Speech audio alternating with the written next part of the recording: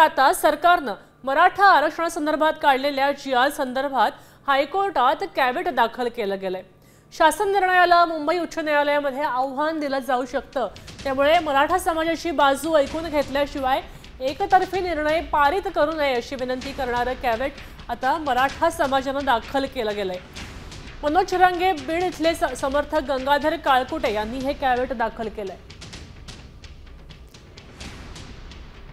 हैदराबाद गॅजेटच्या लागूसाठीचा जो जी.आर. काढलेला आहे माननीय राज्य सरकारने, त्या जी.आर.ला स्थगिती देण्यापूर्वी किंवा त्यावर चर्चा करण्यापूर्वी किंवा तो जी.आर. रद्द करण्यापूर्वी त्याबाबत सर्वप्रथम आम्हाला कळवण्यात यावं, आमचं मत विचारात घ्यावं।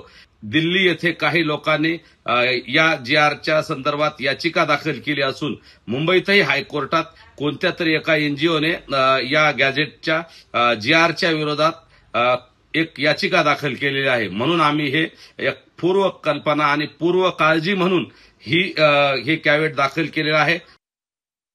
कॅव्हेटमधनं नेमकं काय विनंती केली आहे आपण पाहूयात।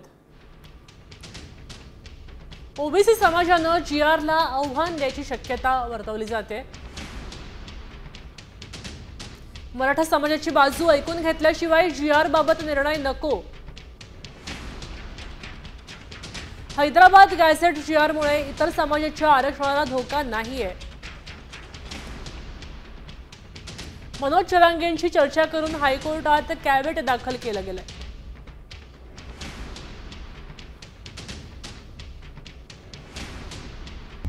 आता isakal.com आहे देशातील नंबर 1 ची मराठी न्यूज वेबसाईट। प्रत्येक अपडेटसाठी isakal.com ला नक्की भेट द्या।